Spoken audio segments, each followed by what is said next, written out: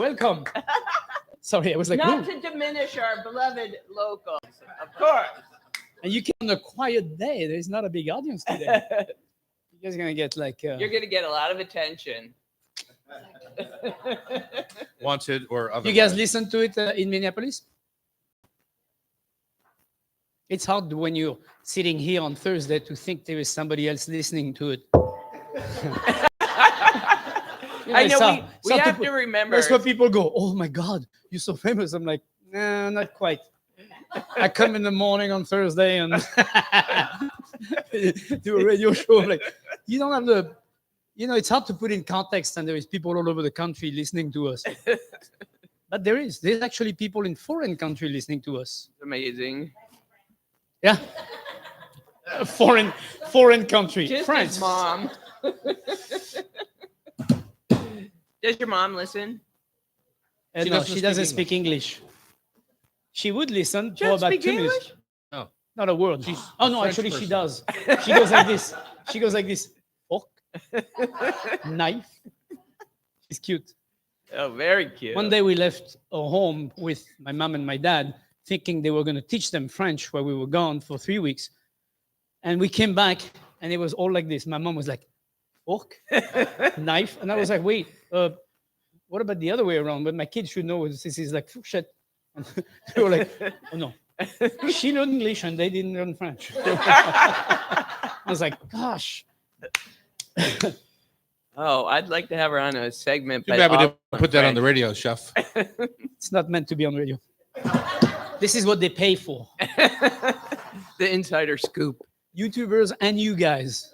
Good morning, YouTube. Good morning, friends. YouTubers. Happy sunny Thursday. Yeah. I was just talking to my mechanical guy who's racing for the weekend. Oh, 'Cause you know how many everything's calls, gonna break down. When it gets to be 90 this weekend, he's going to get quite a few calls. It only breaks on Friday at 4 p.m. So Yeah. just be ready then. Just have the truck parked out in front. When I was waiting I went to a little Thai restaurant or Vietnamese restaurant in Ballard the other day called Monkey Bridge, but there was a little wait to get in for lunch. So there was an eye doctor next door. So I thought, oh, I'll make an eye appointment. I've never had one in my Oh, 64 hallelujah. years. I love how you go for lunch. You go, I'll make a night doctor appointment. Jackie said, where did you go? It's like, well, there's It was this across the optician street. right next. No, it's right next door. I just made an appointment. So anyway, I fulfilled my appointment yesterday. And Turns out I have spectacular vision why do you have 100 pair of readers then? because I don't have spectacular vision from here to here. Although I do have 10 fingers, I can see that. Still, after all these years. Amazing, considering how much I knife know. work. Hey, chef, good morning. Bonjour, Annie. What happened to your muffins this morning? It looks gorgeous, like always. You're welcome. Bonjour, Brigitte. Exactly. Okay, ready, set? Here we go. Welcome to the Hot Stove Society show on Cairo Radio. We're happy to be with you again this week. We've been coming at you for 20 plus years now. And now we've actually worked our audience up to 6 people. It's a big day. It's a big day. Today's a spectacular If audience you want to day. come be in our audience down here live at the beautiful Hotel Andra in downtown Seattle, you can always just go to Hot Stove and buy a ticket. I think they're $25 and they come with a hot breakfast. Yep. Yep, indeed. A well-balanced breakfast, too. Ruby chard, blah, blah, blah. As many of you know, I'm Tom Douglas. And I'm Thierry Rotiro, the chef in a hat. As many of you know, it's Mother's Day weekend. Yes, don't forget your We've mother. been running a staycation contest here. And Pam, tell us about what the contest was, if you would. An incredible package to come to the radio show as the top experience, but Uh-huh. it also involves staying in this gorgeous hotel, Hotel Andra, and you get to pick a restaurant to go out to dinner, one of our restaurants. One of our joints, yeah. Yeah. And that's, we don't charge you for and that this- particular dinner. exactly. There is I don't know, what should I say, $150 cap. You can't just like, Oh, there's no cap. there is a cap. I'm just telling you, $150 cap for dinner. You can tell who's invested here and who's not. Otherwise, you can invite me and I'll come by and So make sure anyway, it's we asked people to send in because of in honor of my mother's stove, which I inherited when she passed in August. It's sitting right here at the Hot Stove Society, a 6-burner, 2-oven, 2-broiler Wedgwood, beautiful white porcelain and chrome 19 stove, 1952. Anyway, in honor of that, we asked people to send in a picture of their stove that they grew up with or that they cook on every day and celebrate our moms because sometimes we forget when you look at the inside of the ovens on this stove or even the top and you realize that she cooked for 10 people for 70 years on that stove. It's there's a lot of love and care that went into that. And you forget sometimes when you're just a stupid, bratty kid, how much effort your mom put in to keeping. But it turns out when I read some of the entries, some weren't kept up. No. Some weren't kept up very well. There were some casual ones. Yeah. Yes, there was. There was some And very mostly ones with teenagers in the house. Yeah. it seemed Yeah. like to me. there was some very dirty ones. So we have a winner. We had a bunch of entries. We really appreciate everyone's efforts and listening to everyone's stories. Pam, do you want to read the winner's little essay that she sent with the picture of her stove? This is from Callista Wybush. I grew up in Juneau, Alaska. My dad did road construction work, and our family of 4 lived in a 10 by 50 trailer in the company's gravel pit. I grew up in a gravel pit too, so maybe You that's grew why up on she a chicken won. farm. But we had a gravel pit for money. Anyway, Okay. Sundays always consisted of church and then the main meal of the day afterwards. Our 1950s kitchen was decked out in all pink appliances, Wow. even the single unit washer dryer combo. My mom wasn't a fancy cook because fresh ingredients were in limited supply in those days. Our pantry consisted of canned fruits and vegetables and frozen or powdered milk. But Sunday You ever had dinner, powdered milk? yes. But Sunday dinner was special. It often consisted of a beef roast and my dad's favorite cherry pie. Invariably, there was always one cherry pit that made it into the pie. The question was, who was going to get it this time? Pies with homemade pie crust were my mom's specialty that she learned from her mom, and I have carried on the tradition and shared it with our 2 sons. So we've got attached, and Sean, you can put her picture up, is a circa 1960s photo of my sister and I on the left in our trailer with a glimpse of the pink stove in the background on the right. The kitchen was so small, I don't think there was room to take many photos in it. And the other is an image of what I remember the stove looking like. I've listened to the podcast for many years. I enjoy watching YouTube at a time that works for me and have learned so much. Keep it going. Yeah, thank you. Thank you, Callista. Thank you, Callista. And congratulations. Callista, I got to tell you, there were a lot of entries, especially a few heart tuggers that we were so happy to get. And thanks to everyone who took the effort to send a picture and a story. Right. Thank you. It was super fun. We'll do this again at some point of some other contest because we love to have you come stay in the hotel and hang out with us in the morning here at the Hot Stove. So today's show, so she won an overnight a radio show ticket with breakfast and a dinner. Yeah. $150, Calissa. Don't listen to Pamela. $150 limit on your dinner.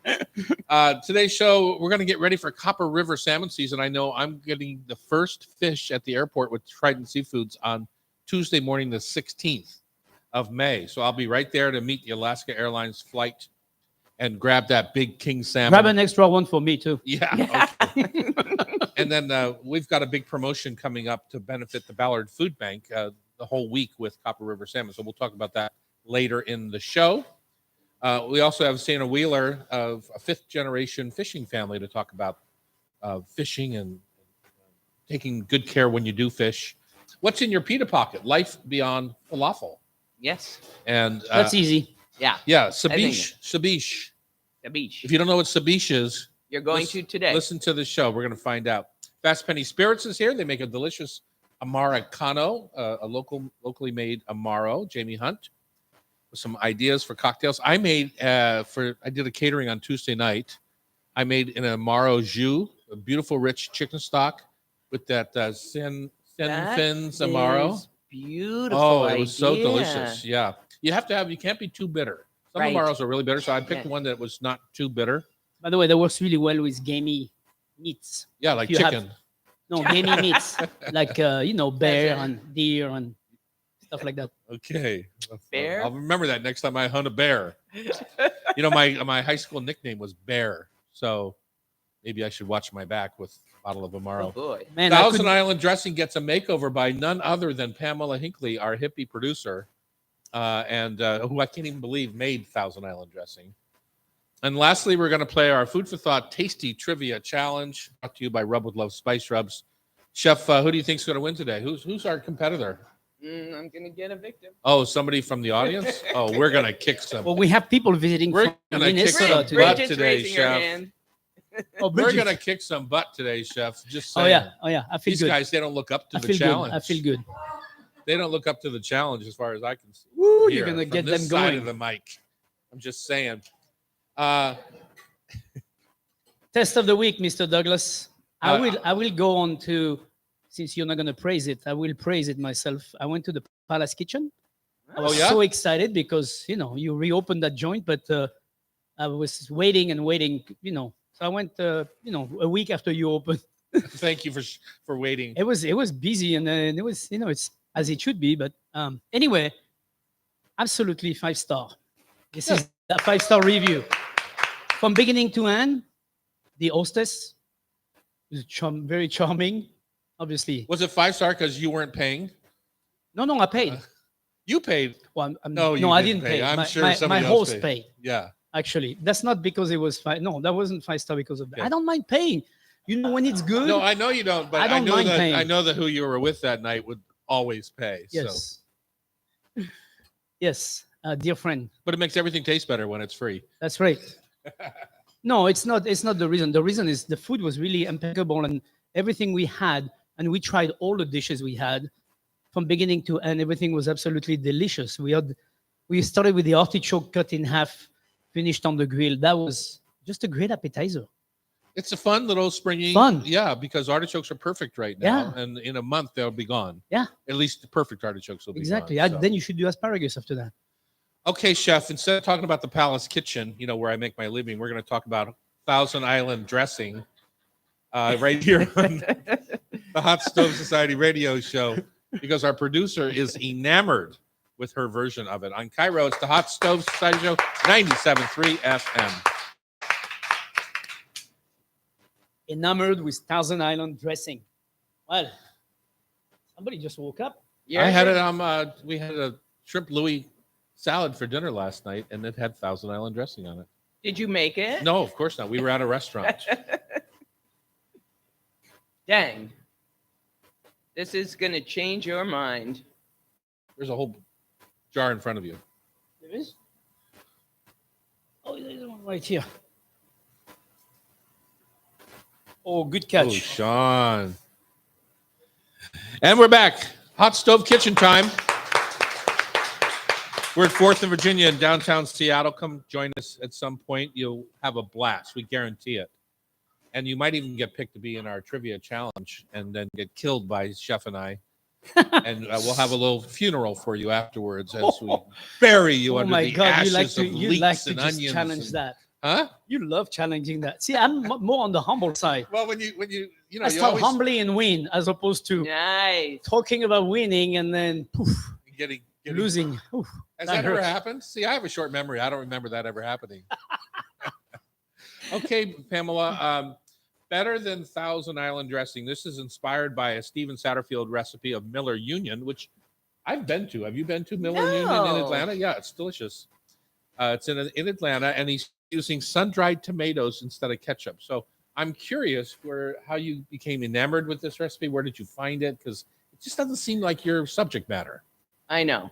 But salad dressings are critically important. Mm-hmm. And I've been That's working. why the Lord Jesus Christ, my Savior, made oil and vinegar.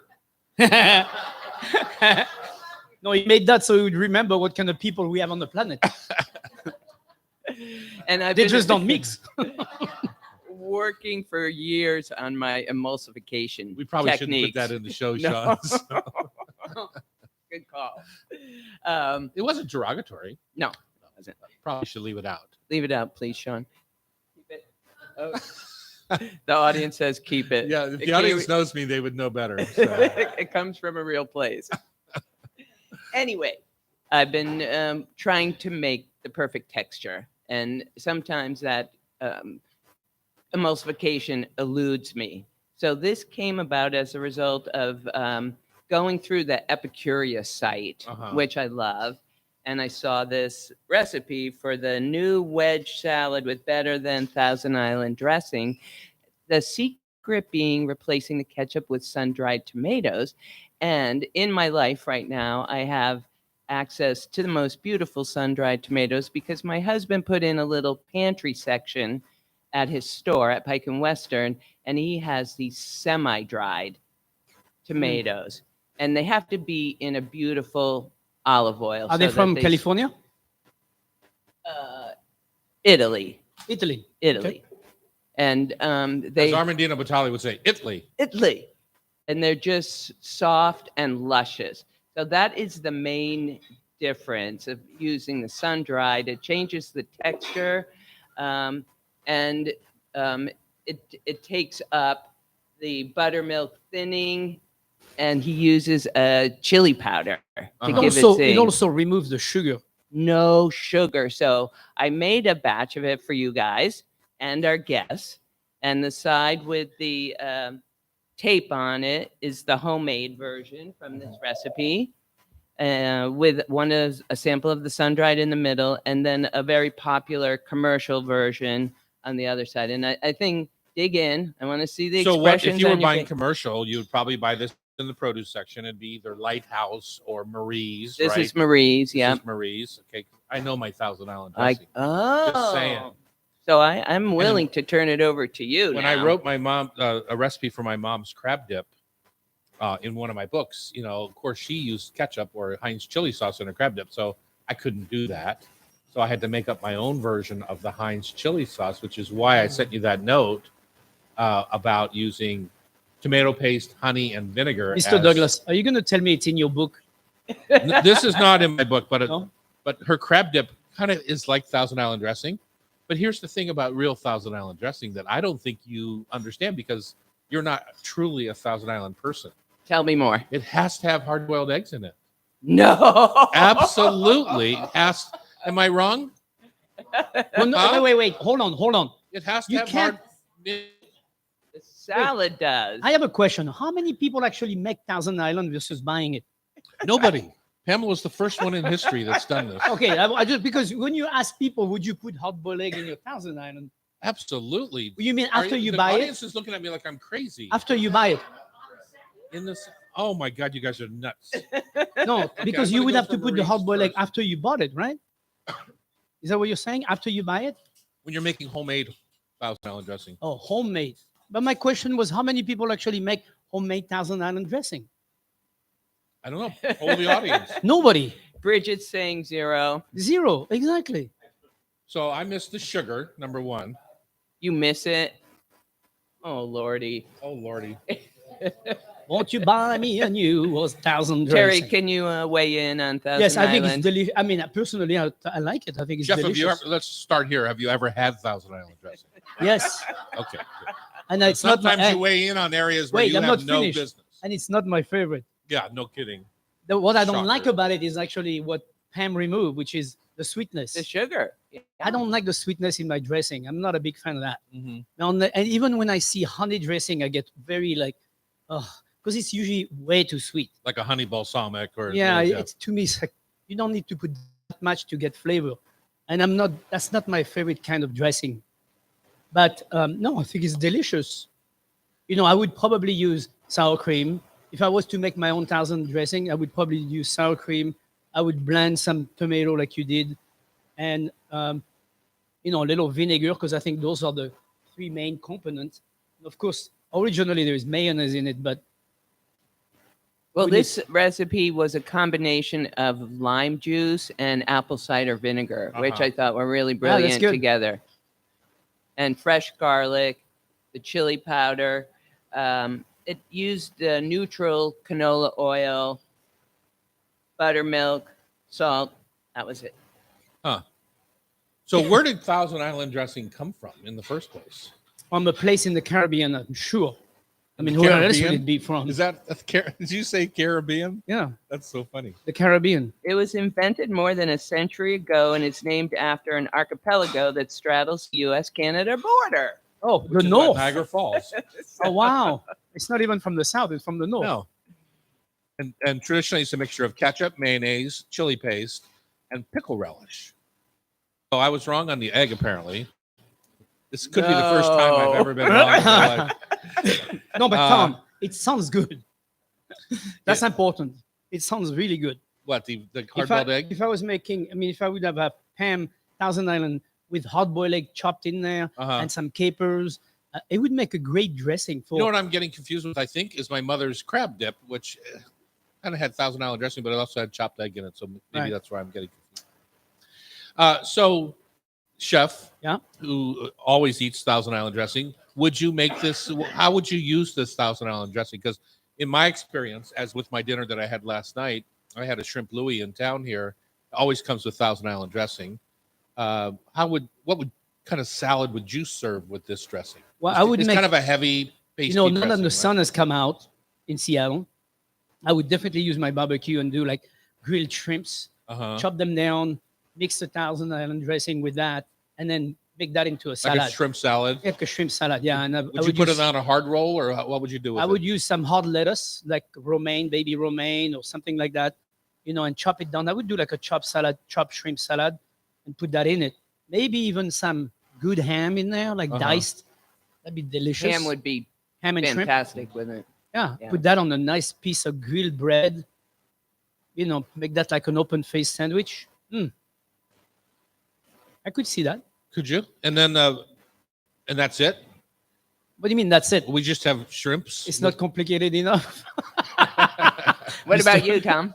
I would definitely stuff an artichoke, a steamed artichoke, or a half an avocado or something. Ooh, with that sounds good. Shrimp salad. Yeah. That's a fancy touch for you. And have a beautiful summertime. Well, actually, spring, because artichokes are really in the spring when it's cool and misty still down in Castroville. But I kind of serve that as a beautiful welcome to spring or summer salad. You could even do the hard-boiled egg, cut them in half, take the yolks, break it down, put it into the salad, and then refill the hard-boiled white, and then put the shrimp salad in there. Yeah, good luck on that, chef. Nice.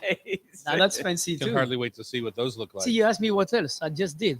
All right, we're going to talk Copper River because it's coming up, and we are big time invested in it this year with Trident Seafoods, and we're going to have a small fisher woman come on. Sina is going to come on and tell us about her small fishing operation. On Cairo Radio, it's the Hot Stove Society Show, 97.3 FM.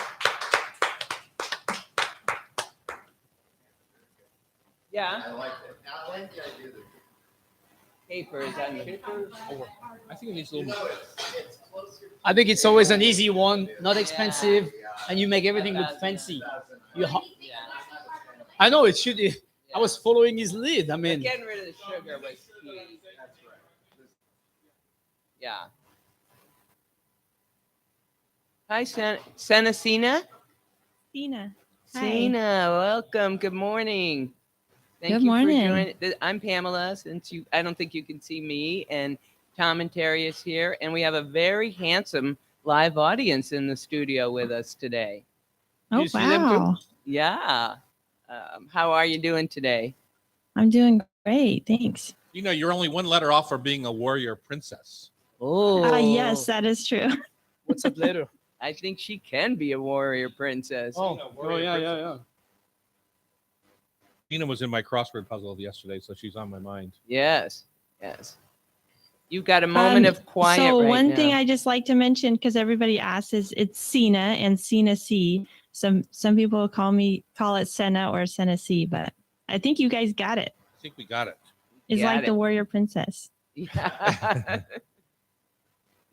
You have a moment of quiet, it seems like, without your kids and without being out on one of your boats. Yeah, it's fishing. kind of nice. Yeah. I'll take it. Yeah. Excellent. Where are you? We live in Eastern Washington, so okay. we grew up. Rich and I both grew up in the Pacific Northwest. We're here in Washington, and Rich fishes in Alaska. That's a big trip for him. Are you anywhere Yeah. my farm in Prosser? Pardon? Are you anywhere near my farm in Prosser?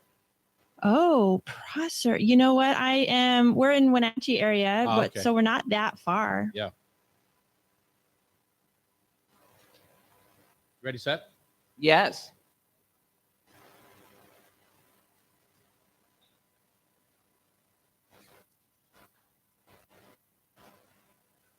So, Sina, we think in the first segment, your family fishing history and your fishing practices, and then the second segment will go focus on Copper River. Oh, sounds great. Okay. All right, here we are. It's the hot stove kitchen. Have you guys gotten any breakfast yet out there? Yeah, No, they're still waiting. still waiting. They're still the here, so blueberry they're still muffins waiting. have come out good. They leave as soon as they get it. We've asked Sina Wheeler to come in. She is a fifth generation. She is from a fifth generation fishing family. Sustainability is very important to her. So we're going to invite her to come in and talk about commercial fishing a bit and also their whole sustainability initiative. And then we're going to jump in on our second segment, jump in to the whole Copper River salmon scene. Good morning, Sina. Good morning, Hi. Sina. Hello. Welcome to the show. Thanks so much. Thanks for having me. So you're on dry land right now. You're not on a boat, right? I am. I'm on dry land. My husband is in Alaska getting ready to head out, and he does most of the fishing, but we get the kids and we get out on the boat too. I heard the season has been projected to open on Monday, the 15th of May here. Are you in on that? Oh, yeah. It's a really big deal. My husband's up there getting the boat ready. And the whole town of Cordova kind of comes alive. And I'll actually be flying up and I'll go out on the boat with him to help. We'll catch the fish and then primarily to fly the fish down, because that's the big deal, getting that fresh fish down. Yeah, it is. I know on Tuesday morning at 6:30 a.m. I have to be at SeaTac to get the first Copper River King off the Alaska Airlines flight. I'm going to be hanging out with Trident Seafoods that morning, and we're going to grab it. I don't know if it'll be on TV or not. Usually, it's always on TV. Usually, there's somebody there from one of the It local always stations. makes the news. Oh, yeah. That's a big deal. That'll be awesome. Well, I mean, locally, it's a huge business. I mean, it's a huge thing. You know, we have all the fishermen. They all come down here. I mean, most of them use Ballard as a headquarter, you know, so. I always credit the people that celebrated Copper River early on, kind of made us understand what a valuable, amazing fishery that it is, for bringing wild salmon to the forefront and adding the value that needed to be done. You know, there was a time, Sina, that a lot of that fish was going in cat food cans. You know, it's been a while now, but we certainly 30, 40 years ago started to recognize what an incredible resource these beautiful fish were. Yeah, you know, this is the 40th year anniversary of bringing the fresh fish down. So, it's hard to imagine that something like Copper River salmon, which is so amazing, was put into a can. And so, yeah, 40 years since we really figured out that this should be celebrated. Yeah, exactly. And of course, it brought up the value of all wild salmon, which made it a more livable job, Right. to handle it.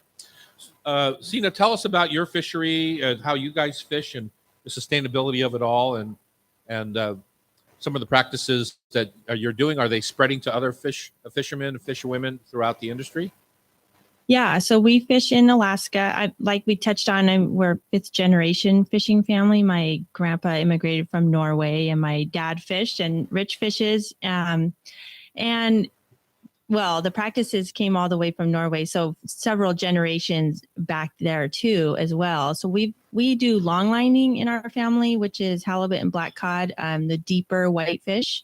We also do salmon, and so for the salmon, it is small boats. And you know, when you say commercial fishing, sometimes people imagine very big boats, but these salmon boats are 32 feet. They have one or two guys on them, and all the salmon is caught this way. It's not like a couple of cute little boats and some big ones. There's a size limit, and it's all done by small independent family fishermen.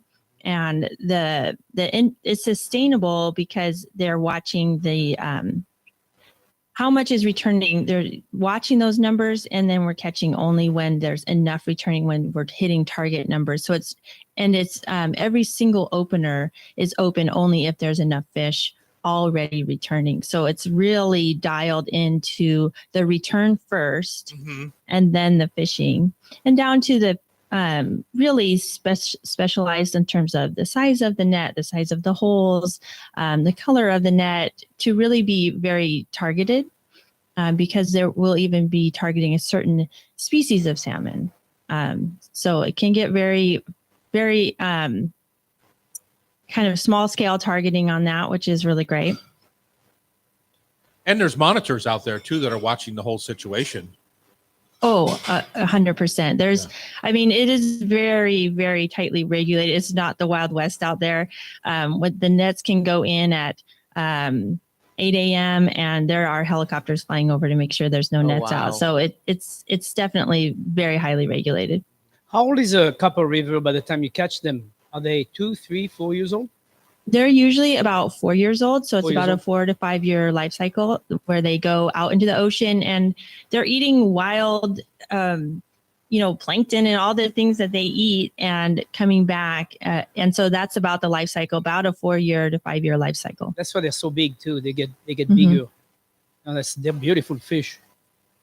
Oh yeah, the Copper River are bigger and they're fattier. So, they have to go up the Copper River, which is cold and swift and difficult. And so they're packing on extra fat, which lucky for us is in the form of omega-3s, which are delicious and healthy, which is really nice. I was talking with Mark from Trident. He said there was still ice at the opening of the river. That's why they were concerned that maybe it wasn't going to open on the date they were anticipating. Yeah, and that makes a big difference because, these salmon are mysterious, but there's a lot that come into play. They decide when to spawn and return, and if they don't feel like spawning, then the catch is low. And so things like the water temperature makes a big difference. We've had some years where it's still icy, and that makes a huge difference. And when the ice melts, then the fish start coming in. So it's still a bit cold right now, but we're kind of hoping it'll just keep warming up day by day. Mm-hmm. So I think of the Marine Stewardship Council, the MSC, as regulating the boats, but it says here in my notes that your processing facility is regulated by them. Is that, I don't know what that is. What do they do? What that is? It's for traceability. So the fishing industry is RFM. There's different certifications to certify the fishing industry, and that means that there's sustainability built into the catch. But the MSC for certifying the facility is about traceability. So that just is basically saying that this fish is what we say it is. It's marked on this fish ticket with this boat, with this fisherman, and we're capturing that all the way through. So we're capturing basically where every fish comes from and that it is what we say it is. Right. Ah, interesting. That is amazing. Well- Then you track every fish from where it comes from. Well, I mean, considering the premium that people pay for Copper River, I know. that makes a lot of sense, doesn't Right. it? Yeah. Right. Uh-huh. Yeah. yeah, I mean, that's the other absolutely. thing to explain to the public, who every year there's always controversy about, it's so expensive. Well, there is a reason why it's so expensive. I mean, first of all, it's a small amount of product. It's not like there is infinity of salmon out there of Copper River. But the second one is all the care that gets put into it so we can keep having it.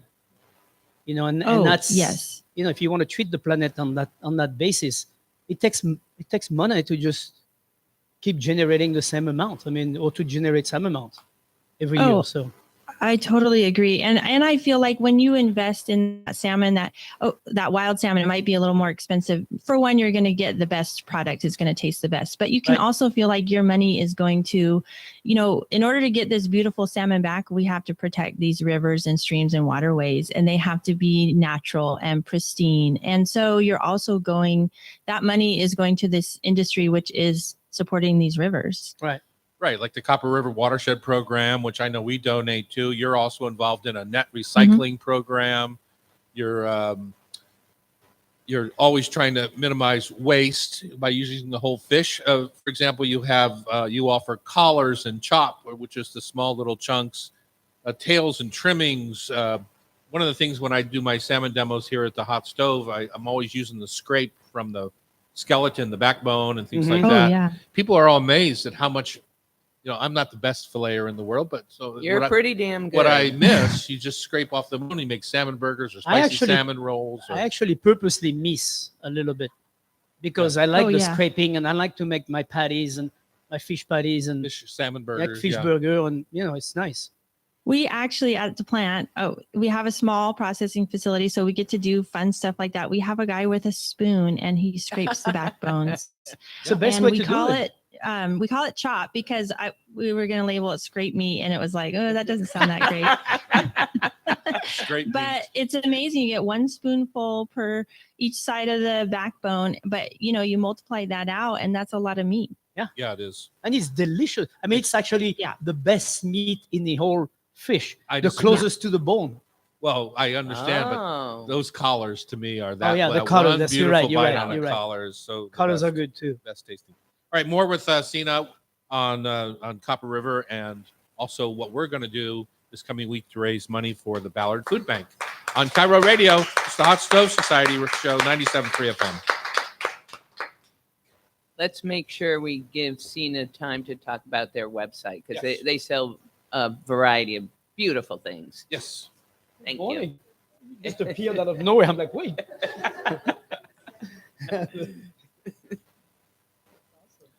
Sina, are you ready to go? Yep. All right, we're going to take the time It's that you want delicious. to talk about your product Sure. and how 'Cause people I don't- get it when we come back, okay? honestly don't want it. Okay. Sounds good. Chef, you ready? Not yes.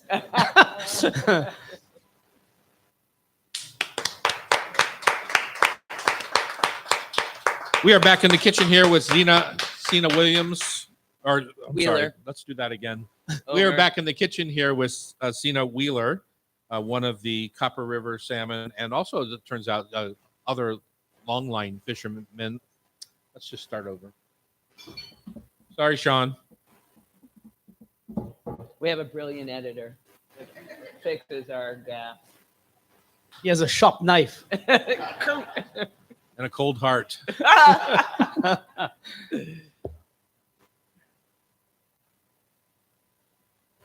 What is that Little Big Town song? Dying Young, Sharp Knife. Wow. I'll research it. Yes.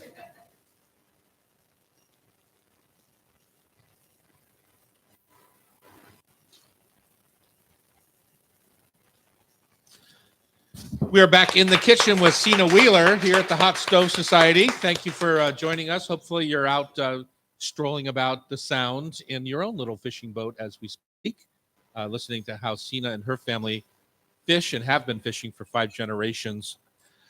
Sina, you have a website that offers some of these products that we've been talking about catching, but actually you turn them into products on your website. What are you doing with all this fish? Well, we catch the fish and we have a small processing facility where we can do high quality processing. And like we touched on, we can, use every bit of the fish, which we're really proud of. I like to tell people, I've got a guy, it's my husband, but for Copper got a River, guy. I got a guy. I got a guy. For Copper River, as you know, especially around the opener, not everybody gets this fish. As chefs, I'm probably you're aware it can be a really hot commodity. It can be hard to come by. It can be hard for the just everyday consumer to find it. It can be hard to find in grocery stores, just depending on the year and the catch. And so, as direct marketers, what we do is we offer our catch, and I know a guy, and he puts my list on top of the list. Can you hook us which up? Just kidding. Yeah, that's right. So we do a pre-order for the Copper River opener just for the first couple weeks. We ship frozen, high quality frozen on our website year round. And just for the opener, we actually offer fresh Copper River salmon delivered to your door, which is, I'm pretty sure, pretty unheard of. Wow. Yeah. Yeah. This is So new. we do a pre-order system, and then I give Rich our numbers, and then he takes that off the top. So I feel pretty So lucky. from the water of the Copper River to your boat to my door. Yes. Wow. Yes. That's full service. They call That's that. definitely good service. Yeah. And that's probably awesome product as well. So I would, yeah. How does one do that? Where do you Well, go? for the opener, I'm actually going to fly up and go out on the boat with Rich. And then we cut the fish and I fly it down. And for small processors, this is, it's these small logistic things, but it's hard for us to get the space on reserving space because it's such a big deal for these openers. So I actually fly up and I'll fly back down to Washington with it as my luggage in a fish box with coolant. Wow. When I said that to somebody, they imagined the fish in my luggage, literal luggage. That is hilarious. Tom and I have traveled around the country to do dinners.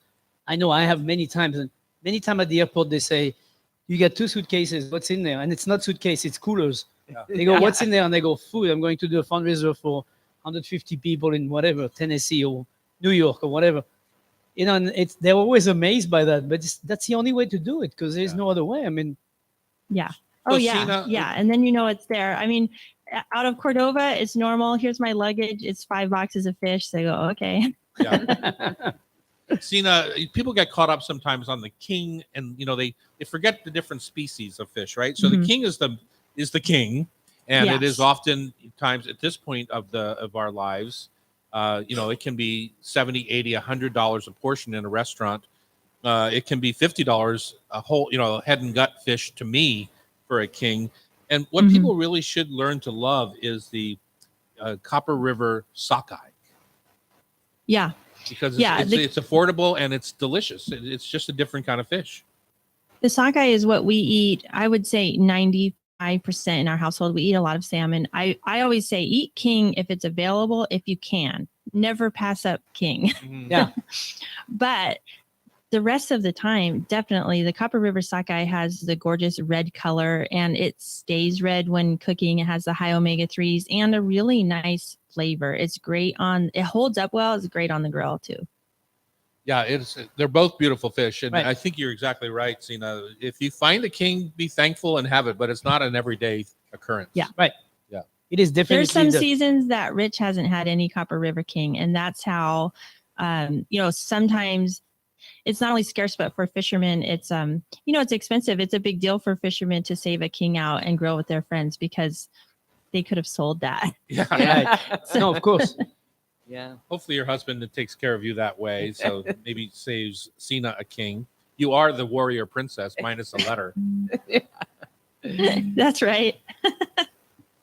The website So for the Chunks, ordering. Yeah, let's Chunks. What's the website? Oh, the website is senasea.com, SENASEA.com. And like I said, all year round, we're selling Copper River sockeye. We sell the coho when it comes in, and then we do the halibut and black cod and rockfish, lingcod. From those few species, you'd be surprised how many products we have just because, like we've talked about, we're really utilizing a lot of the fish. So get on there and check it out and see what we have. And if you wanted to tell people a secret best buy on your site, I mean, I would say the collars personally, but do you have a favorite? Oh, the collars, yes. And also what we talked about before, what we call the chop, is the scrape meat that we're literally scraping with a spoon from the backbone. It is, like we said, the best meat along that backbone. And we sell it just a pound. It's boneless, skinless, and it's in these tiny strips from coming off the backbone. And you can do it. You can put it in a soup, a stir fry, fish tacos, and it is excellent 1 pound of just pure Copper River salmon meat. I mean, we have Copper River King too, because we are not going to waste an ounce of Copper River No, King. of course. And then do you ever have the bellies separate from Oh, doing the perfect yeah. fillets? Well, we try to cut. We always cut with the bellies on, so Right. that's a big thing for us is keeping those bellies on. Some people trim it for looks, but the bellies are amazing, delicious. They don't dry out. It's just so moist. So we cut it with the bellies on. But if we do have any bit of bellies, it's like the king. If there's ever any salmon belly available, eat it. It's where all the omega-3s are. It's the happening. So what do you do with the Oh, yeah. skin? We leave the skin on when we do portions. So the skin goes. There you go. As it should be. Yeah. Okay, Yeah, Sina, yeah. thank you so much. Sina Wheeler's, sinac.com. If you want to try some of her products, get on there and support a local Fisher family. Thank you, Sina. Thank you so much. Thanks so much. All the best. Thanks, guys. Appreciate it. And then I wanted to take a minute. We're working with Trident Seafoods out of Alaska. Like I said, we're going to go with Trident and pick off the fish first king off the Alaska Airlines. You know, they walk down the stairs. The pilot On the does tarmac. holding the big fish, and it's dripping down his suit and all sorts of loveliness. That is Anyway. funny with seeing the pilot carrying I it know, out to you. I exactly. love that part. And then we're going to load it into a Trident. It's their 50th anniversary, so they have these Trident vans. We're going to load all the one king and then a few boxes they've donated of sockeyes. I'm going to break them down, and we're going to serve them that week, this coming week, at all of our restaurants. Everyone is going to do the same thing. There's going to be an extra large chunk of sockeye, and we're going to do it super simply, right? Just grilled, just olive oil, and some blood orange juice. What? No Thousand Island No from Thousand Island. But I love this time of year. To me, unadorned Copper River is the way to go. This is not the time to put a bunch of sauces on top. No, I Just agree. Very simple, and enjoy the fish for what it is. But here's the kicker. On the king, we only have one king. We don't know what size it's going to be, but we're going to sell those at $50 a portion, which is probably $25 less than anywhere else in town. And 100% of that $50 is going to the Ballard Food Bank, thanks to Trident, because they wow, are giving that's us pay very nice. fantastic. And then on the sockeye, we've got 150 pounds of sockeye that they've donated, and we're going to cook that up. We can't afford to give it all away on our end of things, so we're going to. That's going to be $35, and 15 of that goes to the Ballard Food Bank, and then Trident, in honor of their 50th anniversary, is going to donate another 15 on top of that. So for every portion of that, $30 is going to the Ballard Food Bank. So we're going to try and raise some Wonderful. cash. And that's in all your restaurants? All the restaurants Lola. next week. Yeah, Lola, Edda's, Carlisle Room, Palace Kitchen, Seatown. We're going to do them all. Ballard, are you doing it in Ballard? I don't have it. The Ballard's not open right. Well, it's open for to go only right now. But Okay. yeah, but soon to be. Soon to be. There you go. You just Okay. heard it there. All right, that's come support the Ballard Food Bank by buying some Copper River salmon at any of our joints next week. It'll be good fun and delicious. At the same And thanks time. to Trident. They're a And fabulous supporting the company. local economy as Yeah. well. And happy 50th anniversary, Trident Seafoods. Yeah. Good guys. Coming up next. All right. Coming up next, Jamie Hunt's here from Fast Penny Spirits. Tasty cocktail ideas. Stay with us for the second hour on the Hot Stove Society Show 97.3 FM. I got lost in all my paperwork. Yeah, there. I know. Woo. How's everybody doing? Yeah. Did Annie make a good breakfast? I Very good. We've never heard that before. Oh, every week. We need to get one an apple or something. No vegetable. I mean, are you vegetarian? Yeah. Annie, will you order something from Lola for this young lady here who doesn't eat meat? She says no. Shashuka or something? We know you're fine, but we want you to be better than fine. When somebody says, "Oh, it was fine," Annie, that's. you don't have to. Are you vegan? Are you vegan or veggie? Apple slices. Yeah, Bridget's on Okay. it. I'm sorry you hate Annie's cooking. That's the whole reason I came here. I kept seeing the breakfast on YouTube. Oh, no. Thanks for that. Yeah.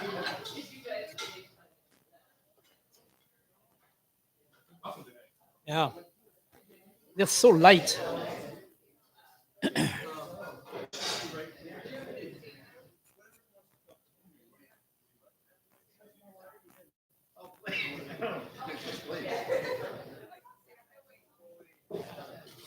you.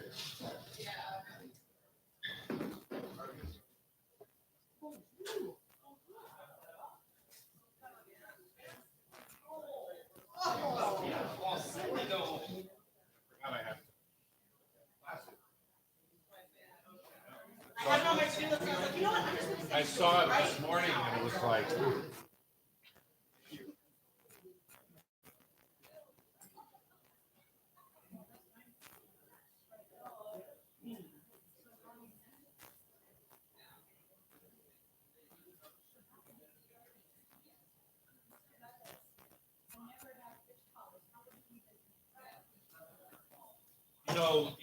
that's what I'm talking about?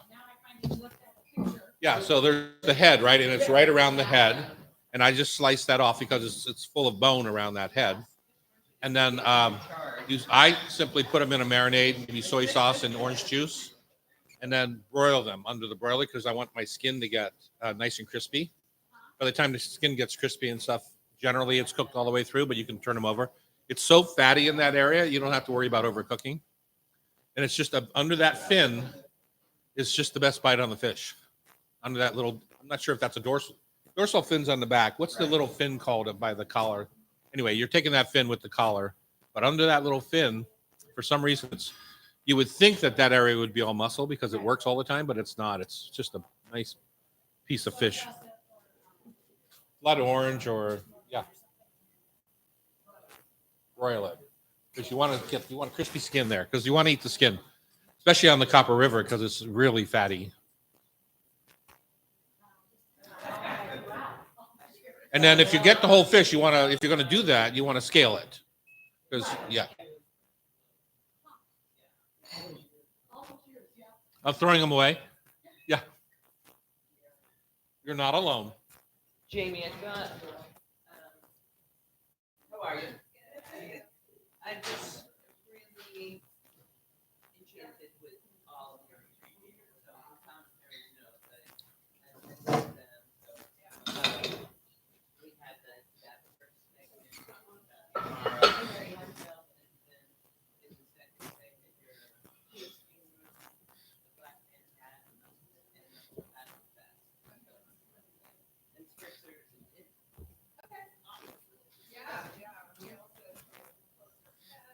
Yeah, so sometime being able to experience it. We have a new summertime limited release coming out. Oh, good. Yeah. It's fun. We seem to be buying a lot of Amaro. I know. I appreciate it. I said to my team, can't we find anything cheaper to make cocktails with than $50 a bottle of Amaro? They No. want the good stuff. Yeah. There's good things in there. Tom. Well, I mean, how much do you put in a drink? Most cocktails don't have that much in it. Yeah. What is it, half an ounce at the most? Who's buying more Amaro than we are? Who also makes drinks out of it like that? Like the Rock Creek, Flint Creek folks Do are they- buying quite a bit. Bathtub Gin buys Wow, quite that's a bit. small place. They're buying a Yeah. lot. Yeah, they keep us on menu on regular, so they go through a lot. I used So- another local Amaro in my. I was catering dinner on Tuesday night, and I made a little. I can never say their name. Senzafine. Senzafine, yeah. Senzafine. Yeah. Yeah. I used their always Amaro in my jus, my Yeah. reduced chicken Yeah. stock jus. It was so good. Yeah, their stuff is good. And I would think that I always think of yours as being sweeter than most, Yeah, but I don't know if that's true. It's not. It has Yeah. less sugar than most. Oh, really? Actually, yeah. Why does it come off that way? Is there Dried some fruits sort of and things that are glycerin in there because it There's has no, a there's no thickness on the glycerin. palate? Yeah, it's there's just dried fruits and things that I Okay. think fool your I see. brain into thinking it's sweeter. Uh-huh. The Bianca is actually 5 to 6 bricks, Uh huh. and then Really, I would yeah, have guessed much higher. Yeah, and the Rosa is around 14ish. Uh huh. But most Amari out there is 20 plus, so it's really low. Interesting. Never would have guessed that. One of the Did you bring some today? I forgot. I don't know how I forgot. You We forgot. have, Right? Go get one. You know what? I think there's one in the fridge. Here? Well, probably. I know. I don't know how I did that. I'm like, wait, I don't see any Amaro I over here. know. I know. It's terrible. Yeah, yeah, and I'm happy to answer other questions around it too. There's lots of, besides drinking it neat, there's lots of cocktails that we have on the website, on our Instagram. Yeah.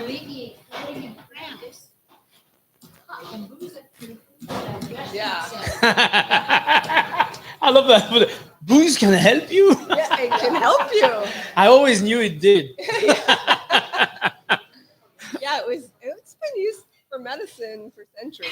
I mean, Well, we a lot don't of call it the- medicine now, Yeah, but especially the amaros because they have lots of roots, yeah, lots of bitter, and bitter is actually something that can help you digest. And yeah, allegedly, it's good for you for centuries. yes.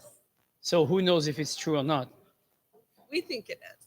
I think it's a good. I think it's a good idea, but I think it's true. I mean, it's used as a digestive Yeah. very much in the old world. Yeah, that's how I got introduced to it. Actually, I was in Italy, and they serve. You know, a lot of times they serve you a complimentary after dinner. Yeah. Digestif, and I got an amaro, and I thought it was really interesting. And in some places they use it as aperitif because Yeah, it's good to help process get the you food. ready. And Yeah, the lighter. for some reason, it feels like it's good for your digestive. Probably because it's so. At first I think glance, the first- chorizo is good for your digestive system. Yeah, exactly. Yeah, that totally. Chorizo. Chorizo or amaro? Which one would it be? I think Pam's going to pour you all a little taste. Yeah, sorry, I should have brought some. Nice. Yeah. What kind of guest doesn't bring a Right? I know. I was wondering about so that. terrible. It's been a busy one. Has it? Yeah, I've been traveling a lot into different markets. And you and Holly are completely split now, right? We are, yeah. Because we're yeah. using Holly for some other stuff. Yeah, she's great. Yeah. She's doing really well. Is she? Yeah. Good. What is she doing? Doing a lot of like marketing work and PR style work, social media and things like that. So not related to amaro or anything like that. Correct. Yeah. She did that before we got together. Oh, did she? Yeah. No. I used her for some of that before I got started, or as I was getting started. But yeah, I think that's more her passion. We just didn't have enough of that at Fast Penny. That's a good idea. The breakfast tomorrow and the dinner. There you go. Since they're good for you, I might as well use it for lunch too.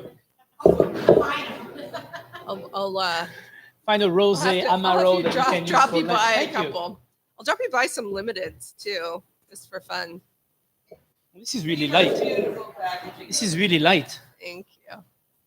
Yeah, our summertime one is it's a lot lighter and more floral, and Mm. it'll be like a reddish color. See, I love this. This call is it, beautiful the on an ice cube. Rosado. Gorgeous. Yeah, I'm surprised it's only 5% bricks. I know. It doesn't feel like it's too. You feel that that's too sweet? I said it's too sweet for me. Oh, for you. And I also thought that it was literally much sweeter than it is. Yeah. Put a dash of rice vinegar and then a bit. Totally soften it down. An amaro shrub. Yeah, Exactly. yeah. Why not? That's not a bad idea. We do have a kombucha amaro cocktail that we're making. There you go. That sounds fantastic. And you're going to talk a little bit about, aren't you in the tasting room now there in Ballard? Are you part of that? She has her No. own. She's going to talk about it. No, we have our own.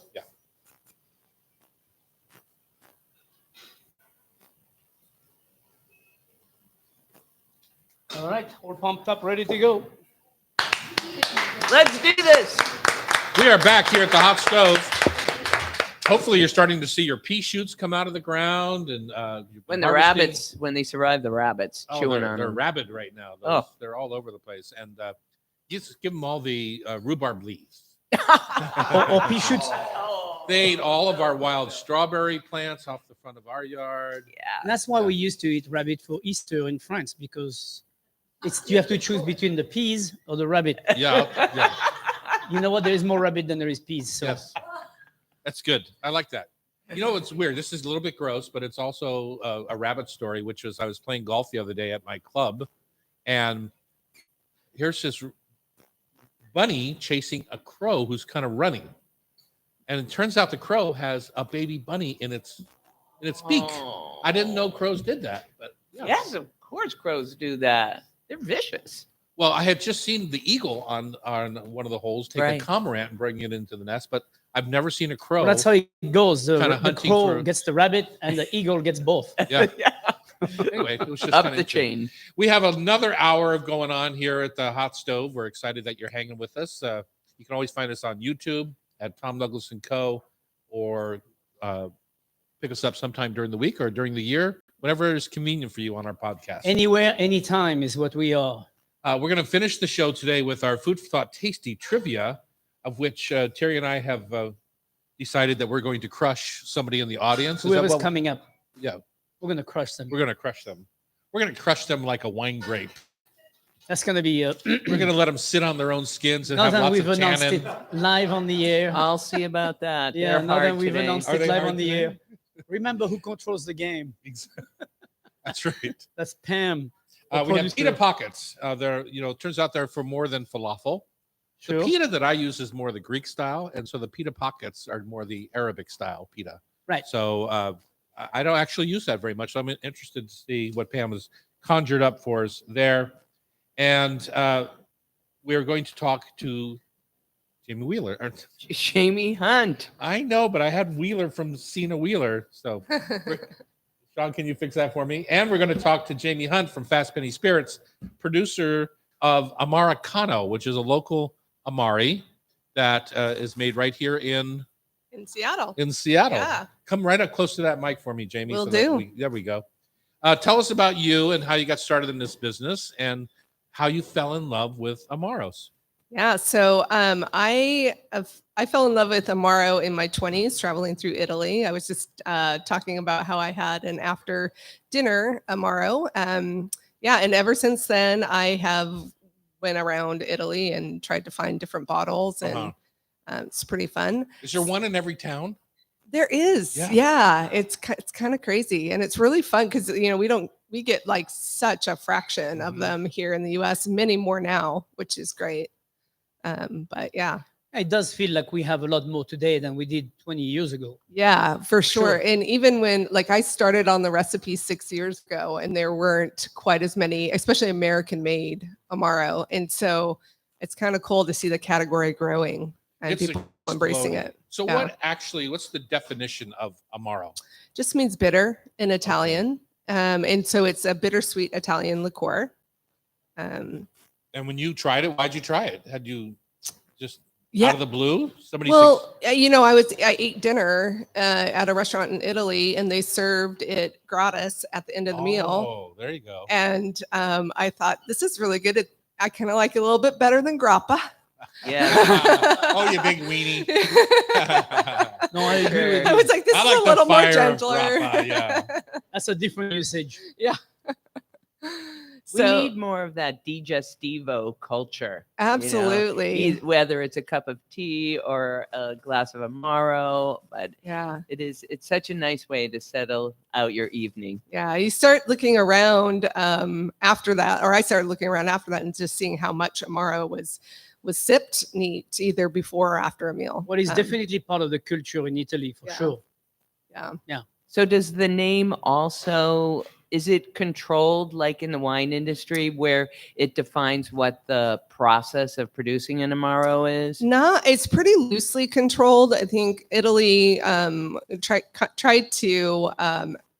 to get Amaro as their own. A little too late in the game. The cat was already out of the bag, and so it's really what it has to have is it has to have botanicals, herbal notes, roots, and things. So it has to have a bitterness to it. A lot of bitterness or bitter ingredients are like gentian, which we have in ours, cinchona bark, things like that, rhubarb root, and then it has to have sweetness. So it's really botanical, bitter, and sweet. And the sweet can be brought by just sugar or by fruit. Yeah, sugar, fruits. Yeah, absolutely. About 6 months ago, I stopped drinking, sort of. I cut myself down to just 2 drinks a day. He stopped drinking. That's, yeah. Well, okay. Well, we won't go into how many it was before. So tell me, I just want some blessing that, you guys talk about having Amaro after dinner, but I've already done my 2 drinks by then, right? I've had my martini and my glass of wine. Is it really a drink? Or can I feel No, good it- about? it's Well, a you want a food. you want a It's a benediction? food, yeah. It's a Tom, food group. you want a benediction from Italy that says it's okay for you Yeah, to drink no, Amaro? just from these two is fine. Just from It's just a high proof food. yeah, That's all exactly. it is. There's a lot of food in It's it. one of the 5 main. Yeah. Food groups. Italian Amaro. Let's just put yours aside for a second because we're going to talk about yours in the next segment. But do you have some favorite Amari? So Amari is the plural. Amaro is the singular. Do you have some favorite out there that people should look for? Because there's 100 on the market now. Absolutely. I love Braulio. It's a more Alpine style. Averna is from the same town in Sicily that my grandmother was born and raised, Caltanissetta. So that's beautiful as well. Averna is our bestseller. Yeah, Yeah. it's delicious. If you look locally, you just mentioned Sensafine. Uh-huh. That's delicious as well. Like you, they have beautiful packaging too. It Yeah. really stands out on the shelf. Yeah. So, and there's other local ones that are fun to try from like Provo and High Side and Scratch and such. We actually have quite a few in Seattle area. But if you look on the East Coast and American made, there's St. Agrestes, there's Faccia Bruto, there's Don Ciccio e File, there's Fort Have. Those are really Because that's where fun. the Italians are. Yeah, Yeah. exactly. But yeah, those are some of Lucano. I love Vecchio di Campo is really delicious. There's so many. So when you think about Amaris or Amari, is Fernet Branca, is that considered a whole different category? If I'm not mistaken. Some people do, Yeah. but I think many of us think of it as the same It's in the Okay. same category. It's Right. just a different group. There's probably it depends on who you ask. Like maybe 8 to 9 different categories of Amaro. Vermouth is one as well Oh, really? as Fernet. Yeah, there's a Tartufo. There's some other really descriptive ones called like light and medium. So Yeah. a lot of them fit into actually the medium. Like Averna would be a medium Amaro. All right, we're going to continue our conversation with Jamie in the next segment. We're going to talk a little bit about your tasting room and also how to use Amari in cocktails. Yes. On Cairo Radio, it's the Hot Stove Society Show, 97.3 FM. Is there anything else we're missing in the Amaro story that you want us to Jamie to add in? I just think you've got it solved. We can use this instead of vermouth. There you go. For your martini. For my martini. Oh, It so is one drink. delicious in a martini. Yeah, exactly. We do Vespers with Bianca. Hey, sing this for the radio. Okay. Oh, thank you. Well, there's a benediction for you. Very discerning palate. He's a 4 tomato guy. You never get that What is it? What are you? right. Four guys in. Oh, 4 guys and a tomato. Sorry. Or tomato and the guy. No, it's a club. Fun. 5 of us and the tomato doesn't cook. So somehow we got called. but he's No, I fun. can't imagine why I get confused about it. You wanted to come today? He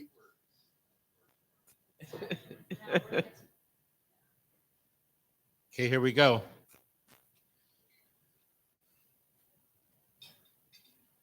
So much paper today.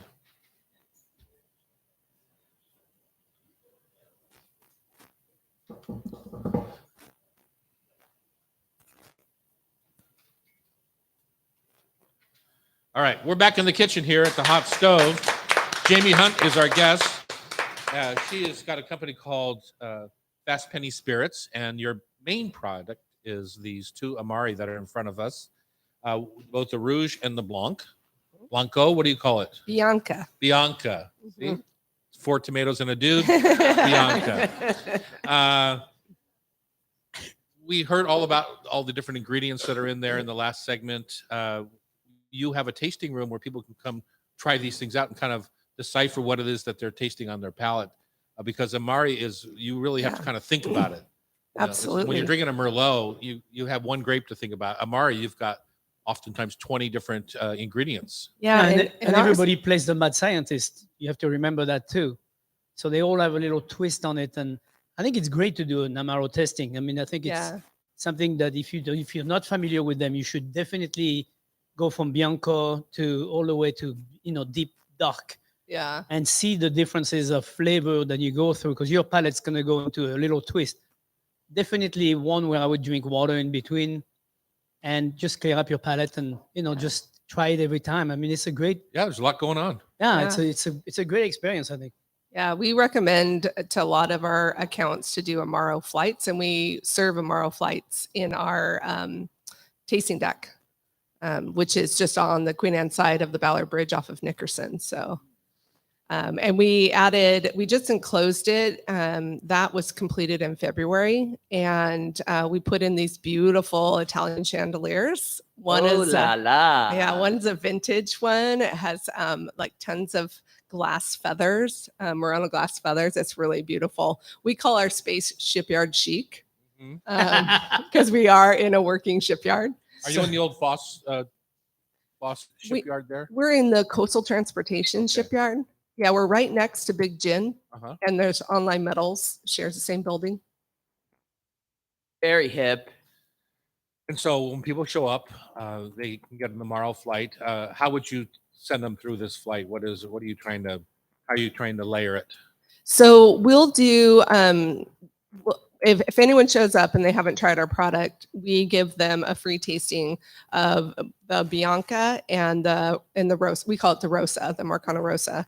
And we talk about the different ingredients in there. We have 46 botanicals in ours. So really worked on for about 2.5 years to build those recipes. For the Amaro flights, that's a separate thing, and we do limited releases with different partners. So we have 2 limited releases that are for sale at the distillery that we did with DeLille Winery. So the Bianca was rested in Sauvignon Blanc and Riesling casks, and then the Rosa was rested in Cabernet Sauvignon Blanc barrels, I keep saying that, Cabernet Sauvignon barrels, not Blanc. And then we also have a couple of collaborations with Westland Whiskey, and one of them is on the flight. And that one we recommend last. So the Bianca Limited, the DeLille Limited, and then the peated version of the Americano. It's really fabulous and so different. Yeah, so it sounds like it's very different. Yeah, and we haven't. Westland gave up their peated whiskey, I thought. They did. These are their old barrels that they got Oh, from I see. Scotland, but Oh. we are excited to hopefully try some new peated barrels. Yeah, I love. Yeah. I was That's up your sad alley, when they Tom. gave it up. Yeah. Yeah. Okay, so now we're here. We're in this beautiful shipyard chic tasting room. Shipyard chic. Of course. I love it. And let's use our Amaro in a cocktail. And you're doing, I think, an old-fashioned celebration. We are doing an old fashioned. It's delicious in that we're doing that with Simple Goodness Sisters. And I think Heritage is in there. There's a bunch of local distilleries that are part of that. We also always have on our tasting deck, we always have a spritz. You can spritz either one of the Amari. We always have our white Negroni, our Bianca Negroni. So instead of using Sue's, just replace that with the Bianca. And then we do a black Manhattan. So our Marcano Manhattan's always there too. And so we give use us some recipes. You're not just going to get away with so No, she's like- the because not everyone's going to make it to the shipyard chic tasting room. yeah, and there's more recipes on our website, by the Yeah, the way, and website's on excellent. Instagram. Just So in wait, case wait, you don't what's have the a website? the fastpennyspirits.com. But the Black Manhattan is just 2 parts rye whiskey to 1 part of the Rosa, and then a couple dashes of orange bitters and 1 dash of aromatic. We use scrappies. And then, well, let's see, the white Negroni or the Bianca Negroni, we tend to put a little bit more of the Bianca in there. So it's more like 1 1/4 to 1 1/2 to about 3/4 ounce of gin. We use Big Gin. And then we put a couple dashes of orange bitters in there. And then you still need the bitters with adding the Amari to it. yeah, it's just, I've always thought of it as a salt and pepper of the cocktail. And so it just still enhances the flavors that are there. Mm-hmm. So Makes sense. those What's are the garnish on that?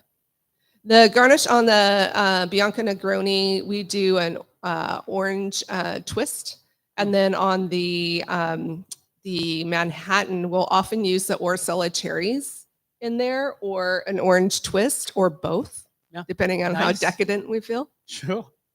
I was very taken with the velvet cashmere.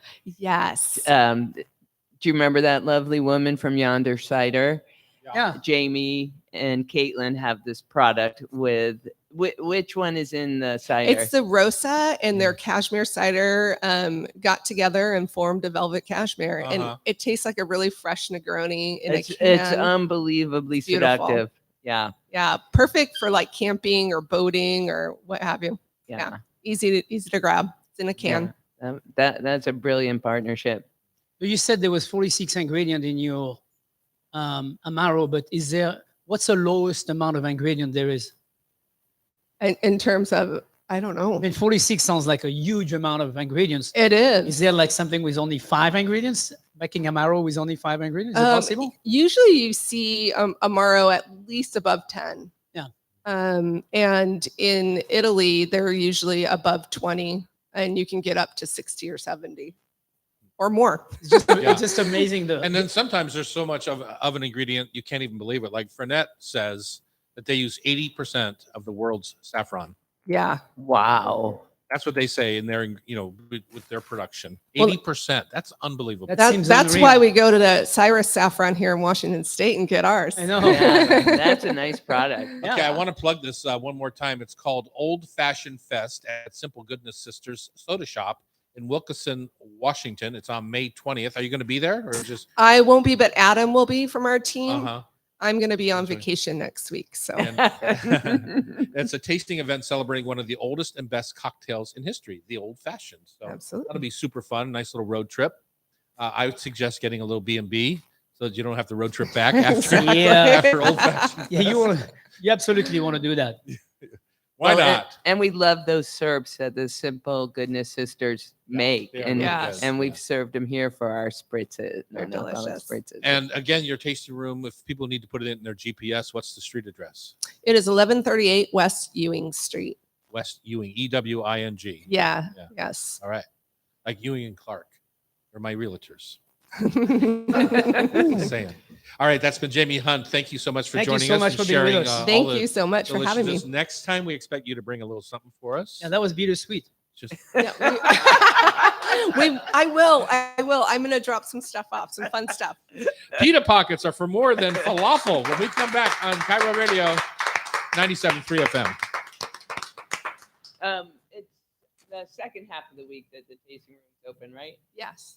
Thursday, Friday, Saturday? Or- Yeah. Thursday, Friday, Saturday. We're soon going to be opening Sundays because we just hired another person. I know, you need people. We've been looking for a few months for someone. I so- know, it's crazy. Join the crowd. I know. I Yeah. know. It's tough to find the right person that has the right personality, Exactly.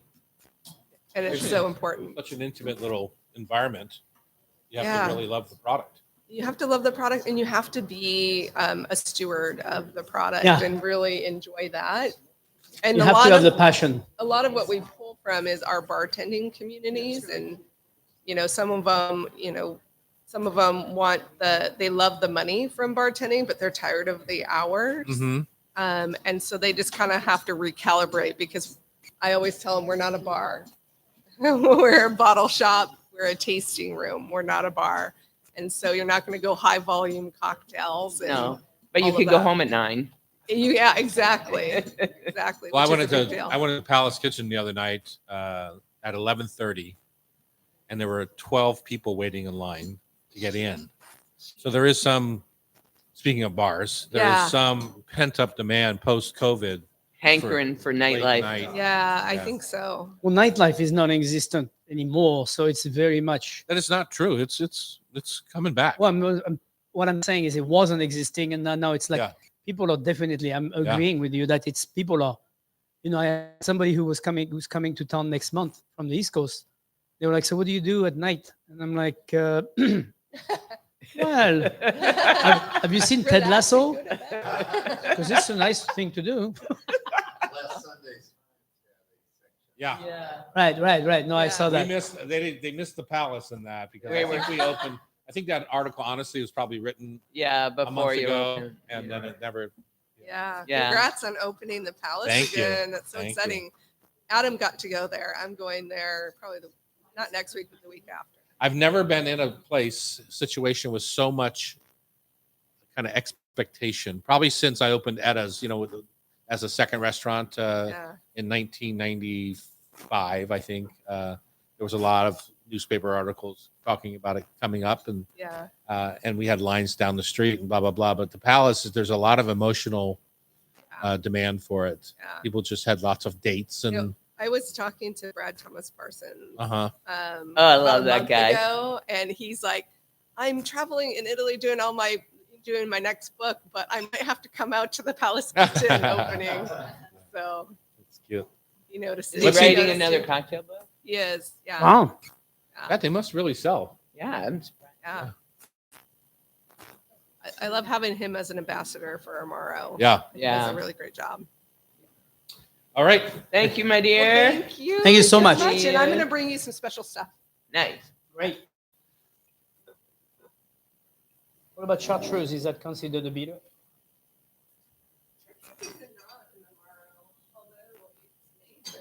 No. Which can't even get it right now. So Chartreuse? Yeah. Oh, been worldwide out of shortage. stock for 3 or 4 months. Oh. Yellow's been out of stock for almost a year.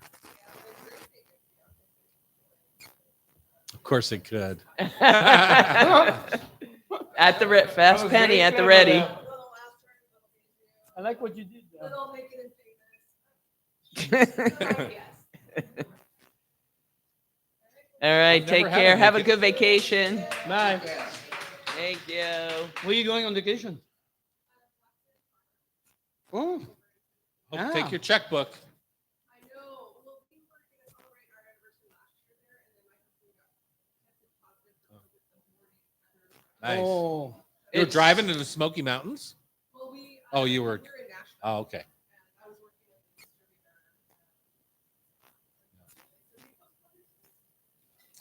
Well, go say hi to my wife fell in love with the truffle dogs there. They have a whole truffle dog training center. How I found out.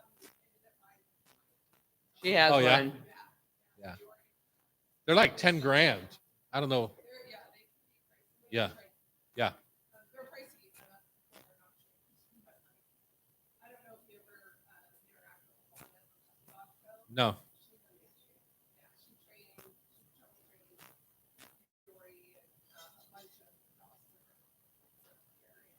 But where do you have to go to get the truffles? Oregon? No, here. Nice.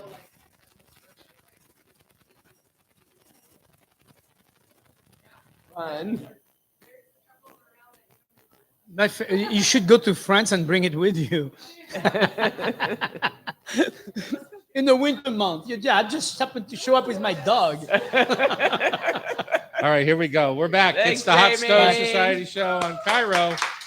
Having a good time saying goodbye to Jamie Hunt, who's off to Blackberry Farm in the Smoky Mountains of Tennessee. If you're What a going to go to place. Blackberry Farm, it was a little precious for me. Just saying. It was So spectacular. while Pam and Jackie went to the spa, I went out and I went to Benton Country Hams, and I found myself some pounds of bacon and We some were beautiful, grateful for that. beautiful country hams. I came back and they were full of seaweed. Every orifice was full of seaweed from their seaweed wrap, and I'm sitting there eating beautiful Benton Country ham. And Yeah. who had the better end of that deal? Well, we all did. know. I'm just saying. Yeah. Pita bread. Pam, you are you're telling us about Dorothy Kalin's curiosity-inspiring book, The Kitchen Whisperers. Why? What do you love about it? Well, she is incredible. She was an award-winning magazine editor, the founding editor-in-chief of both Metropolitan Home and Saveur magazine, Oh. and the former creative editor of Newsweek. So nothing on her resume. No, not a bit. But she's got this marvelous book, The Kitchen Whisperers, Cooking with the Wisdom of Our Friends. And every chapter talks about a different chef or cooking experience. And the chapter I opened to was the immigrant pantry, because thank God we have people contributing all over the world to our cuisine. And this chapter is about Michael Solomonov. Solomonov. Yeah, we've got his And book Sahar over it's, there. I think. Yeah. And the way she writes about his sabish, which is a pita-filled sandwich that has taken over Israel, just has me wanting to make. I'm going to make it tonight for Mike's store tomorrow. But this is what brought me in. Like the best kinds of simplicity, there's a world in the sandwich I'm eating. It's called sabish, and it's a purse, really, a hollow round of pita, charred in spots and sliced open only at the top. Stuffed and still warm in my hands, it feels like a living thing.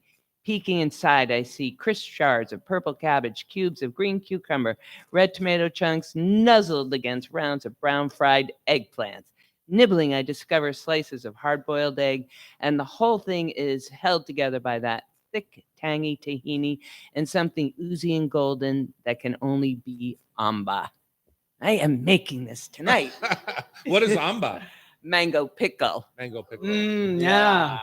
I can't. Yeah, that sounds really fresh and delicious and very vegetarian too. Yeah, I'm so I excited. would put in some nice, thin lamb on top of that. That would be delicious. And a little bit of yogurt. Well, That would here's, be- here's the thing about the pita, though. I'll say, since this is about the pita pocket, though, if you go to Michael's restaurant in the Chelsea Market in Manhattan Uh-huh. or in Philadelphia at his restaurant, they are making pita fresh to order all the time. Oh, and it makes a be huge still difference. my heart. Yeah, it makes a huge difference from the perspective of sometimes when you buy those pitas in the grocery store and they're in the bag, there's 10. Look at the date on them. They've been there for quite a while, and you really have to steam those in order to refresh them. in the Yeah, proper I kinda usually way. do something in Yeah, and the often cast they don't iron. even. Yeah. Sometimes they don't even But just open. pan frying them, they don't come back very Yeah, they well. don't even open. Sometimes they don't Yeah. separate. And So it's just to be aware that Yeah. if you do go online and make your own pita, which would be a fun project, you just need it's very simple. You have a black griddle. she's like already a large saying griddle. no. I'm like, why you say no? You don't even know how to make it. It's quite simple. It's such It's a like, project that you Okay, would keep do. going. Here's the thing: you can make them one day and then just freeze them overnight. Yeah. Because that is how you keep fresh bread, right? You freeze it the day it's made. Yes. Then you pull it out when you need it, and it's still it's like frozen fish. It's much better when it's frozen at sea that day when it's caught, and then when you thaw it out, it tastes remarkably. and the good thing about bread is it's not full of delicious. water. Like some product lose all their water when it thaw out. Bread doesn't do that. All you have to do is put it back. If you're in the telling oven. me that you're not a person enough or care enough about the team down at Pike and Western Wine Shop that you wouldn't To make, make them the pita. make Well, the pita. I think that's what you're saying, but I'm not sure. there's a spectacular pita available locally from a bakery in Tacoma, and I am blanking on their name now. And they have both a whole wheat and white version, and so I am going to support that bakery Okay. in my Good That's a good way to do it. Yeah. tomorrow. It's a good But- compromise. But let's talk about what you would like to stuff your pita pockets with. And let's go back to the Sabine for 1 second. Yeah. Sabine. Sabine. Is the eggplant, and you said fried, but it's not deep fried, right? It's pan fried brown? Or do they deep fry Well, their you know, I eggplant? have a Eggplants- different. No, I think it's pan fried. Eggplants are like It's pan fried. Yeah, because they're fried. like a sponge. If you Yeah, deep it's fry not, that, It's not deep fried. It's Yeah. pan, pan fried. fried. But I'm going to roast mine. you're going to roast yours. Yeah. Roast it with olive oil. and- Yeah. Yeah. I mean, that's High temp roast. perfectly reasonable. I would Yeah. charcoal grill mine personally. 'cause Oh, it's a that's- nice day. I Yeah, could it grill it is. this afternoon. Yes, you could. Mm. And just don't be a wussy, right? Oh, I'm not a You wussy. got to be brave on your charcoal grill. And eggplant, it doesn't taste like it, but it's got plenty of sugar in it, so it'll caramelize, Caramelize. up beautifully. How thick would you cut it, chef? Oh, at least a half an inch. Oh, even more. More. Because then as you cook it, as Yeah. you grill it, it'll dehydrate and get down It to a quarter collapses. inch. Yeah. I actually do. I like to do 3/4 inch steak and then put a little salt on it and leave it there for about 30 minutes. Flip it on the other side 30. and then pat it dry and then nice olive oil. Yeah.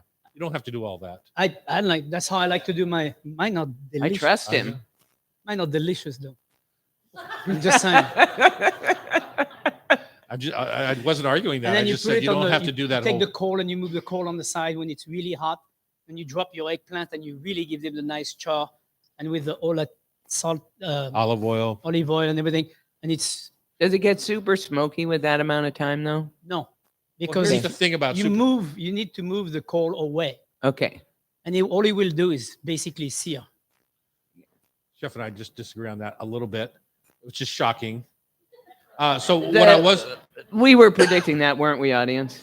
going to say though, I go directly over coals. He's saying go indirect, but I'm saying is that you cannot use too much olive oil because as the olive oil drips onto the fire, being grilled, Correct. it creates soot and comes up. And that gives you Absolutely. that acrid kind of smoke. You got to be gentle on the olive oil. Absolutely. No, no. You can add more olive oil later. Mm, And Once I it's used, off the I used to fire. make a salad with that. We just take the sliced eggplant, dice them, and then mix it with tomato, red onion, basil, and red wine vinegar and olive oil. They make a wonderful salad. It's like Just a saying. ratatouille. Well, it's not quite ratatouille. There's no zucchini and there's no, Okay. and it's not cooked the same way, but delicious. Delicious. It's Okay, one so way for to make me, eggplant look what good. happened to falafel? Well, The I eggplant do- is instead of falafel, right? We Yeah. move them Because aside. it's a similar salad. yeah. If you go to any falafel shop in Paris or anything, they're I do still love it, but this was a new version that I want to Yeah. try. al falafel. Excuse me. What You know, is I- that I had area a, in Paris? I where had all those- a Eros salad yesterday, 2 days ago, from a truck called Mr. Heroes. Uh-huh. They're all over town, and really delicious. And that would have been fabulous to put that whole salad and the lamb and everything, yogurt, into a nice little pocket of warm pita bread. Ooh, that would have Can been I so have a rant? delicious. Can I have a rant for 1 second? I know Sure. I don't rant very much, but no, not at all. I love trying all these little doner kebab, which is that vertical kebab, Yeah. or they all get their meat from the same place. It comes frozen out of a box, and well, it's perfectly fine. There is no uniqueness to the gyros that I have seen around town. To me, it's all comes kind of pre-made, and all they do is they put it on the vertical roaster and slice it. Sometimes after it gets brown, a lot of times it's just gray. We can Okay, I'm eat done. gyros just for one day. There's my little rant. Beautiful. But you can make your own. I mean, you can stack chicken thighs or chicken breast or whatever. You can make your own. You don't, doesn't of all have course. to taste exactly the same. Like I said, it's not bad. It's just not unique. I didn't. And use your own spices too. Yeah, it's like I serve chicken at the Palace Kitchen, but it's my version of chicken, right? It's in a brine. It's on a wood fire. It doesn't taste like a different chicken. So Right. there's a little My chicken and your chicken sitting just by don't taste the same fire. way. Okay. Okay. Anything else you would put in falafel or put in pita pan that you want to hear about? Peanut butter and jelly. Well, I love the standard turkey, cheese, and shredded lettuce mix with a mustard mayo. Mm. Well, do you now? Where I do you, do. where do you get Uh-huh. that? We went somewhere here. Yeah. I was thinking you were gonna do like the nice roasted beet salad, No. toasted walnuts and No. no. But That would, falafel in Paris, you get in your pita, you get your falafel, but it's always got a beet salad. It's got Yeah. tomatoes. It's got a little bit Red of a onion. slaw, and tons of tahini. Yeah. And sometimes I think depending on the ones, tzatziki type Yeah. of yogurt. Yeah. Cucumber yogurt. But anyway, just saying. if you go to Paris, you have to go there. And when you walk up to this place in Paris, you'll see 100 people in line. I know we waited in that line. We did, but it's only a 15-minute wait. yeah. It goes so So fast. fast. They are building so fast. And if you want to see it in person up close, they do have tables on the right-hand side that you can go inside for. And what's the name of this place? I think it's called Al Falafel, something like that. And it's right across from the big church. Of course, there's a million churches, but anyways, I want to say it's in the 9th. It's delicious. Everyone knows where it is. Just so you know. When we come back, it's time for Food for Thought Tasty Trivia brought to you by Rub with Love Spice Rub. Who are we going to crush? That's the question on Cairo Radio 97.3 FM. Do we have any victims for trivia? Or Come we bring on. Jeff- Who wants to Come come on. up? Come on. It's your birthday. do it together. Come on up. Oh, come on up. Actually, it's easier if she just asks you sitting there than both of you trying to get on the mic. It's better radio. It's right there. She's going to She sit can ask. here. It's a bee's line. And then if he, yeah. It's just easier. It's better radio than trying to. And what is your name, young lady? Maureen.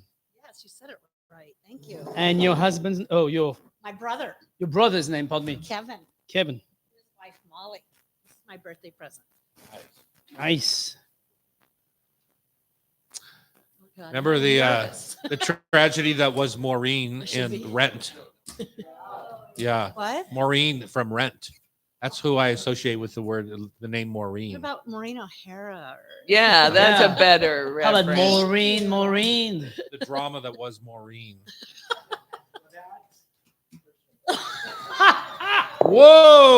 Whoa! Let's all get The a brother. cup The of brother comes coffee. right out and go, yeah, that's my sister, all right.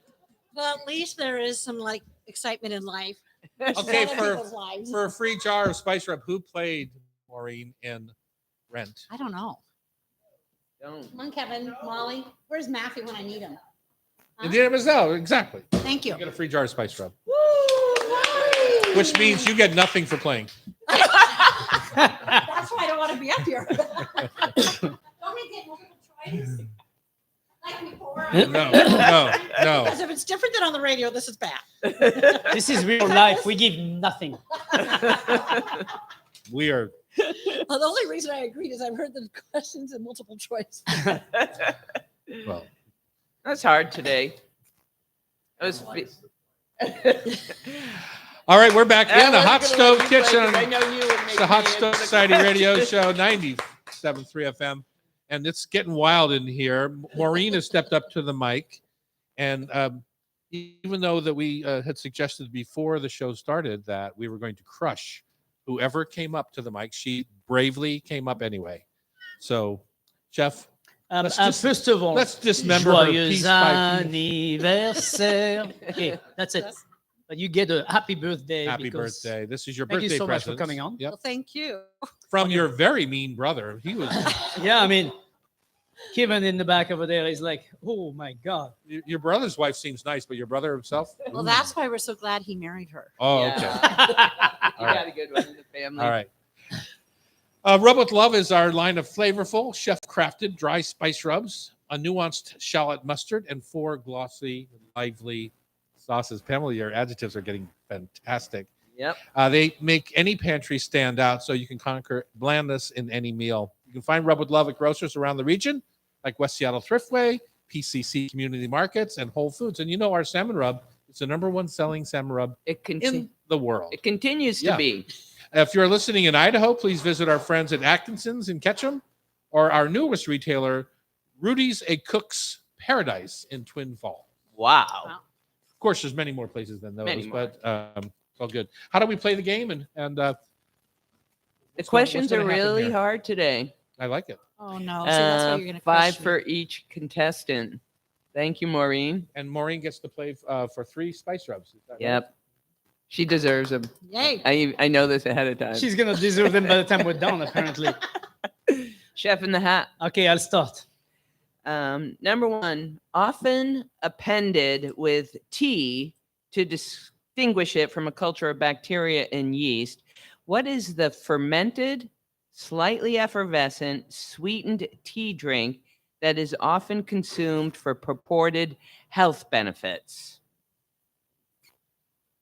It's very popular now Is it a with the, double espresso? I'm with just the kidding.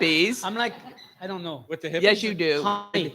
It's not chai. Honey, Kombucha. Honey. Kombucha. I thought I got multiple choice. Just helping you Made out, from Chef. tea. I'll give that one to you.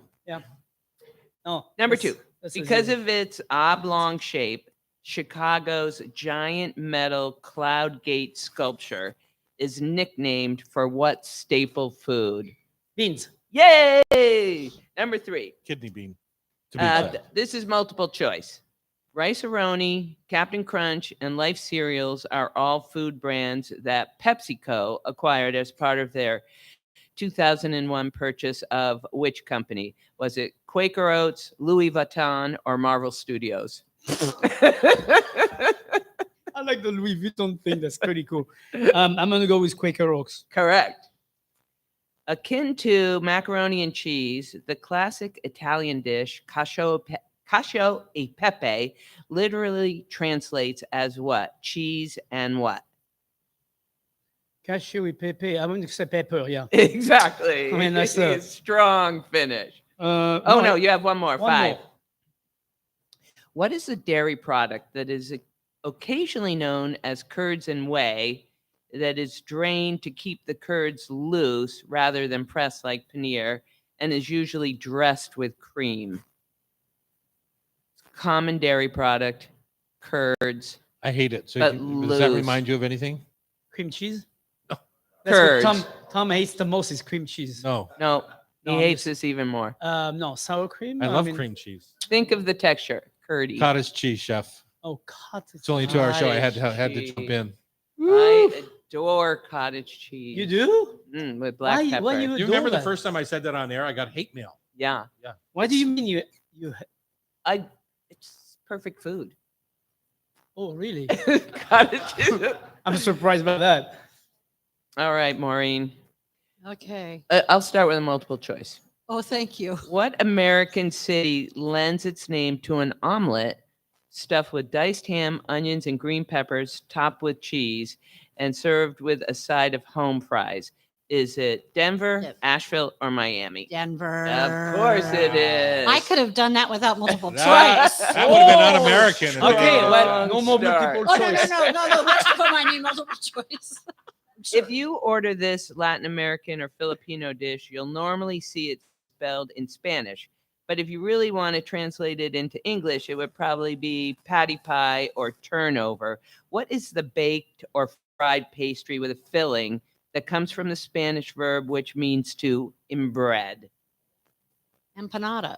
Yes. Brilliant. And I just had beautiful ones at Isla Mujeres. They're from a little teeny corner shop from the people that just make it locally. It was so good. Where is it?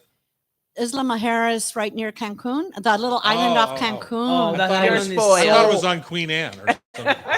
No, you have to that island- travel. that island is so cool. I stayed there. It was beautiful. Only golf carts, no cars, no. Well, now they have a few cars, but they do? yes. And the lady who picked us up in her golf cart, Michael Thomas, she decorates her golf cart. It's the only decorated one on the island. Oh, you're spoiled, Maureen. Number 3.